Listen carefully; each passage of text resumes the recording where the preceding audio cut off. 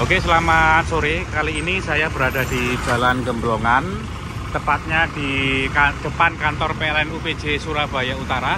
Dan kita akan eksplor bangunan bekas dari Aniem yang sekarang menjadi kantor PLN UPJ Surabaya Utara. Secara singkat, Aniem itu didirikan pada tanggal 8 April 1909, kemudian disahkan oleh pemerintah Kerajaan Belanda pada tanggal 25 Mei 1909, dan tanggal 25 Mei itu diperingati sebagai hari jadi dari Aniem atau Algemeen Nederlands Indisch Elektriciteit Maskapai, perusahaan kelistrikan yang awalnya beroperasi di 4 wilayah atau 4 kota. Itu ada di Surabaya, Pasuruan, Malang, dan Semarang. Nah, setelah didirikan berdasarkan akta perusahaan pada tanggal 8 April 1909, dua hari kemudian, tepatnya di tanggal 10 April, Aniem itu membeli konsesi kelistrikan dan pembangunan pembangkit listrik itu dari J. Schoutendorp. Jadi membeli konsesi dari J. Schoutendorp, di mana J. Schoutendorp ini ada berprofesi sebagai pengacara dan pegawai pemerintah Hindia Belanda yang berdomisili di Batavia. Nah, kemudian Aniem segera membeli sebuah bangunan ya. Di sini dulu ini adalah bangunan awal yang dibeli oleh Aniem, yang awalnya itu hanya terdiri dari 1, 2, 3, 4, yang hanya terdiri dari 4 lengkungan, dan itu pembeliannya dari kalau nggak salah satu warga Belanda yang tinggal di Surabaya, dan dulunya bangunan ini adalah bangunan tempat tinggal dari orang Belanda. Kemudian di sebelah utaranya itu adalah pekarangan. Nah, kemudian setelah membeli bangunan di sini, bangunan yang digunakan sebagai kantor, Aniem mulai membangun pembangkit listrik tenaga diesel yang lokasinya berada di sebelah utara. Dan dulu ini adalah pekarangan ya, tanah pekarangan. Jadi Aniem itu membeli rumah dan tanah pekarangan di Jalan Gemblongan. Kemudian yang tanah pekarangan ini didirikan pembangkit listrik tenaga diesel dengan kapasitas 2 kali 400 kW. Yang pembangunannya mulai dibangun di akhir 1909 dan ditargetkan pada tahun 1910 itu sudah beroperasi. Tetapi karena ada kendala kontur tanahnya atau tanah yang di daerah Gemblongan ini itu tidak cocok jika dibangun pembangkit listrik tenaga diesel, akhirnya Aniem mengeluarkan biaya yang lebih besar lagi untuk memperbarui atau memperbaiki fondasi yang ada di pembangkit listrik tenaga diesel. Dan baru diresmikan di tahun pembangkit listrik tenaga diesel dengan kapasitas 2 kali 400 kW itu mulai dioperasikan di tahun 1911. Nah, kemudian karena seiring dengan berkembangnya Aniem, dan Aniem juga selain pembangkit listrik tenaga diesel, Aniem juga membangun pembangkit listrik tenaga uap dengan kapasitas yang cukup besar di daerah Surabaya Utara. Aniem mulai memperluas kantornya. Dan dua lengkungan ini merupakan bentuk perluasan dari Aniem. Yang sebelah utara, kemudian yang sebelah selatan juga ada dua lengkungan. Itu juga merupakan bagian perluasan dari Aniem yang dirancang oleh salah satu arsitek terkenal di kota Surabaya bernama Abraham Zimmerman. Dan kantor Aniem setelah perluasan ini diresmikan di tahun 1924. Nah, kemudian di tahun 1930-an Aniem berpindah kantornya di daerah Embong Wungu, dan di situ adalah kantor Aniem gabung sama kantor Niwem. Niwem itu adalah anak perusahaan dari Aniem yang bekerja sama dengan pemerintah Provinsi Jawa Timur yang concern mengenai pembangkit listrik tenaga air yang ada di Jawa Timur dan menyalurkan distribusi listrik dari PLTA ke kota Surabaya. Nah, ini sekilas sejarah tentang Aniem. kita akan belusukan ke dalam untuk melihat bagaimana sisa-sisa dari bangunan yang pernah menjadi kantor pusat Aniem di kota Surabaya.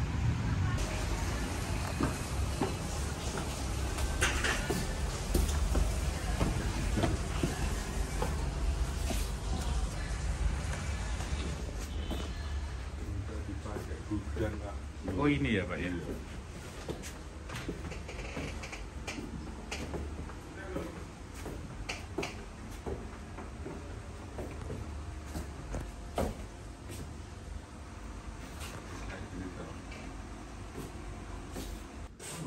Oke ya, ini kita berada di salah satu ruangan. Kita ya? Kelihatan Mas, kelihatan. Nah tampaknya ini merupakan panel-panel listrik ya yang dari zaman Belanda. Panel-panel listrik dari zaman Belanda yang ada di Gemblongan, Jalan Gemblongan yang sekarang menjadi kantor PLN Surabaya Utara. Nah ini ada gardu induk sawahan GI Sawahan atau gardu induk sawahan kantor.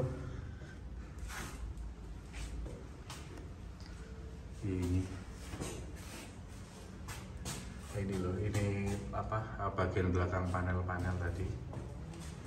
Oh ini yang sawahan 4. Iya, GI Sawahan, gardu induk sawahan 4.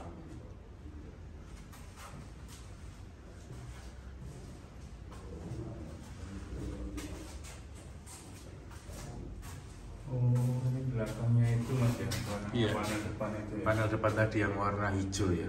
Iya.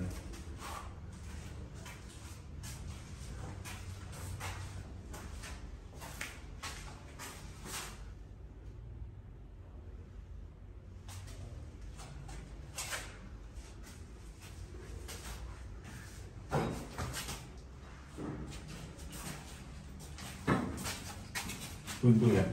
Buntu.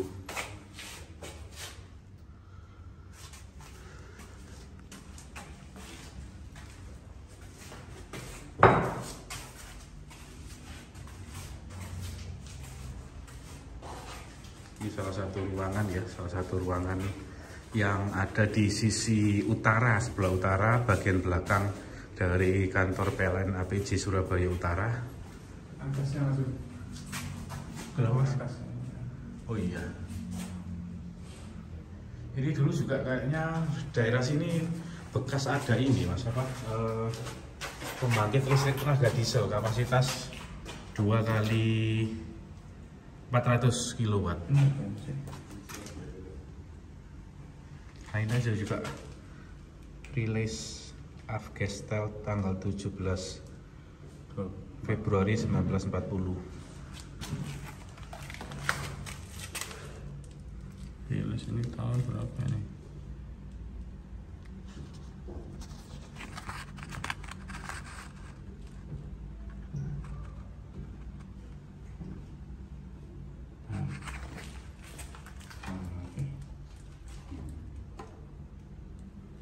Rilis ini apa ini? Nah ini ada bahasa Belanda. Ini lagi tembusnya pos atau apa? Yang ini Pak ya? Iya. Oh. Di sini pintunya ada aksara Jawa apa itu? Oh, ada. Sekarang masih ada. Ditutup Pak. Kalau di sini ada bekas ini nggak Pak ya, pembangkit listrik tenaga diesel dulu? Setahu saya Nggak ada ya. ada. Berarti memang sudah mati lama dari zaman Belanda. Kalau di sini saya tahu itu untuk gardu-gardunya aja. Gardu-gardu. Iya. Oh, pengaturan Iya, beban. iya. P3B. Iya. Oh, pengaturan beban. Jadi belakangnya ini ya ada lorong Mas ya. Sama dengan ini ya. Iya sama. Iya. Nah, inilah panel-panel di salah satu ruangan.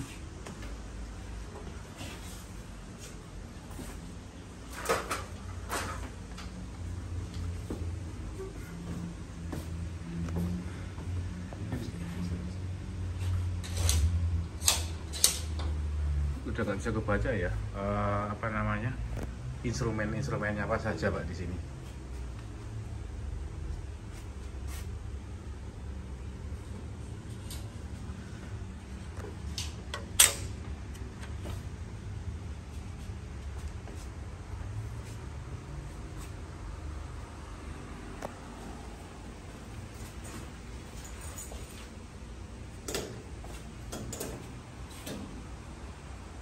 Cuma tinggal ini saja ya Pak? Iya.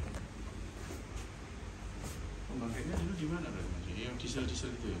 Dia sebelah utaranya bangunan utama kantor yang sekarang jadi kantor PLN APJ itu Mas. Oh, iya ya. Pengembangannya ya ke sisi utaranya itu ya. Iya.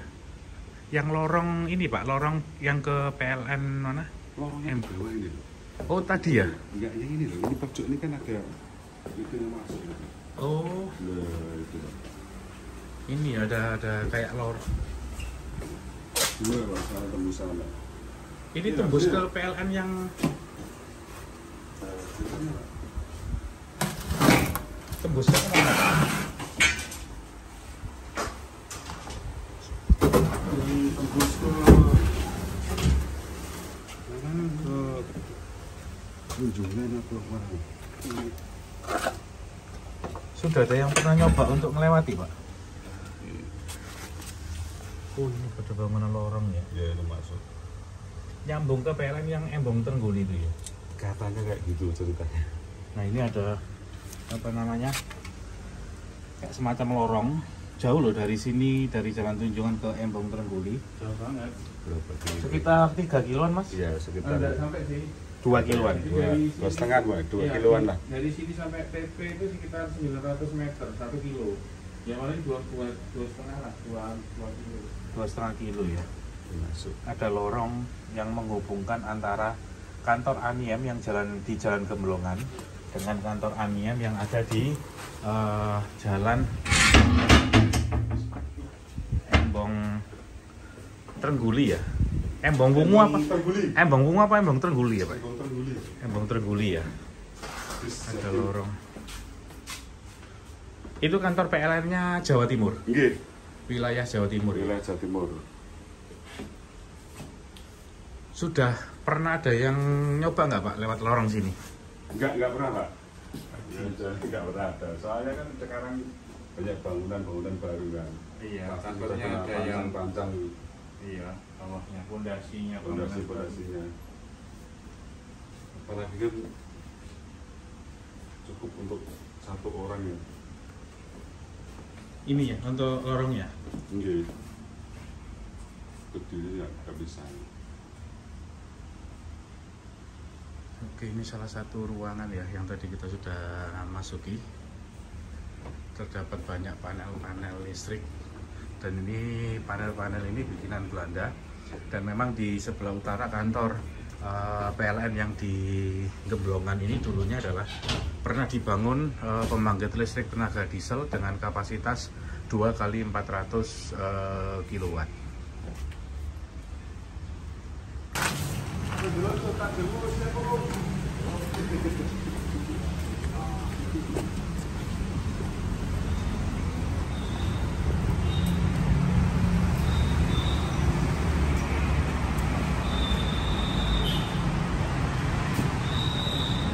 Itu di ini jalan raya Gemblongan. Jadi kita akan masuk ke gardu,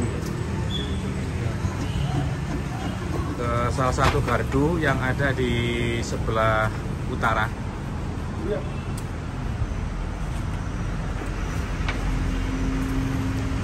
Berat tuh Pak. Iya. Sebelumnya. Masih aktif soalnya. Ini masih aktif ya Pak ya? Masih aktif ya Pak ini ya? Tapi untuk panelnya aja, untuk trafonya sudah off. Oh trafonya udah off ya? Untuk panel-panelnya yang masih aktif.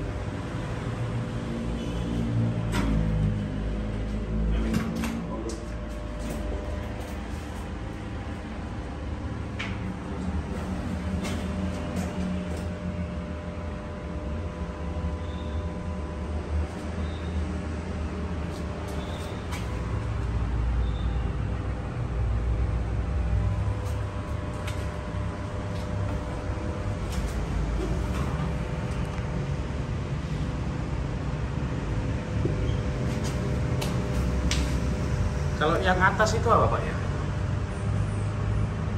Plafon ya, itu ya. Kayaknya bukan ya.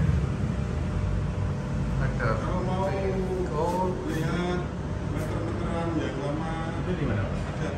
Ada ya?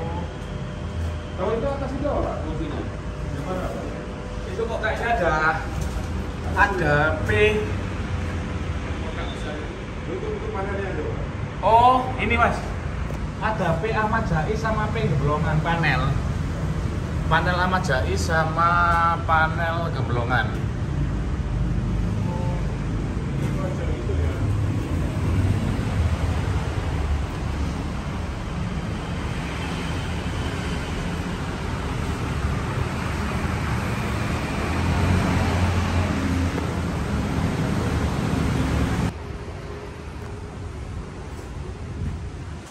Oh iya, ini salah satu venti apa namanya? Untuk sirkulasi udara ya Mas? Iya. Untuk sirkulasi udara. Blower sama Iya. sepakai-pakai. Iya. Untuk ventilasi udara.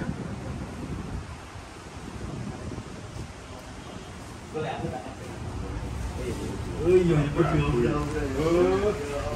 yang terjadi Bu. Paketnya sampai ada loh. Hah? Paket. Sama 2 baru. Iya. Pakai bunyi-bunyi gara-gara lari dari pakai ini. Oke, ini saya berada di dalam kantornya PLN Surabaya Utara dan di sini terdapat tangga ya. Kalau di foto-foto lama KITLV memang di sini terdapat tangga. Kemudian di sebelah sini itu ada kayak namanya showroom untuk penjualan lampu, kemudian barang-barang elektronik, kemudian pompa. Nanti akan saya tampilkan foto secara aktualnya pada saat itu, pada saat Anim berdiri ya, setelah berdiri tahun 1909. Kemudian ini ada ruangan yang lantai 1 ini digunakan sebagai showroom, kemudian di lantai 2 itu juga digunakan sebagai kantornya. Dan juga Anim juga pernah menyewakan bangunan ini, sebagian bangunan ini itu ke salah satu pabrikan lokomotif bernama Orensen Koppel. Nah ini sekarang sudah menjadi ruangan-ruangan yang dulunya showroom dari Anim, yang menjual seperti yang saya katakan tadi, menjual peralatan kelistrikan seperti lampu, kemudian lampu gantung, lampu meja, kemudian ada juga pompa dijual di sini dan di display. Dan ini adalah tangganya yang menuju ke lantai 2. Sekarang menjadi ruangan welirang dan KW Lounge. Nah di KW Lounge itu juga terdapat beberapa peninggalan-peninggalan Aniem, peralatan-peralatan kelistrikan dari Aniem itu didisplay di sebelah sana. Oke, ini ada beberapa barang-barang peninggalan ya yang ada di salah satu ruang meeting atau ruang santai. Itu ada peralatan Cospimeter made in Switzerland, buatan Swiss. Jadi ini ada alat Cospimeter, kemudian ada ampermeter pada zaman Belanda. Kemudian ini ada KWH meter 3 fase. Itu KWH meter 3 fase juga. Kemudian ini ada tang ampere. Tang ampere zaman Belanda. Kemudian ini juga ada tang ampere. Ini nggak ada berangkat tahunnya ya Pak ya? Kemudian ada voltmeter buatan Swiss. Kemudian ada merger instrumen, kemudian ini ada Cospimeter,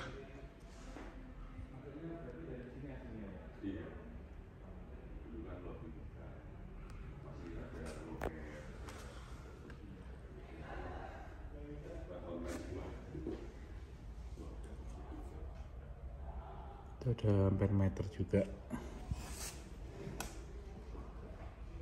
frekuensi meter. Ini ada display atau bekas alat-alat yang dimiliki oleh Aniem di salah satu ruangan, dan di orang Belanda nyebutnya sebagai ruangan santai ya.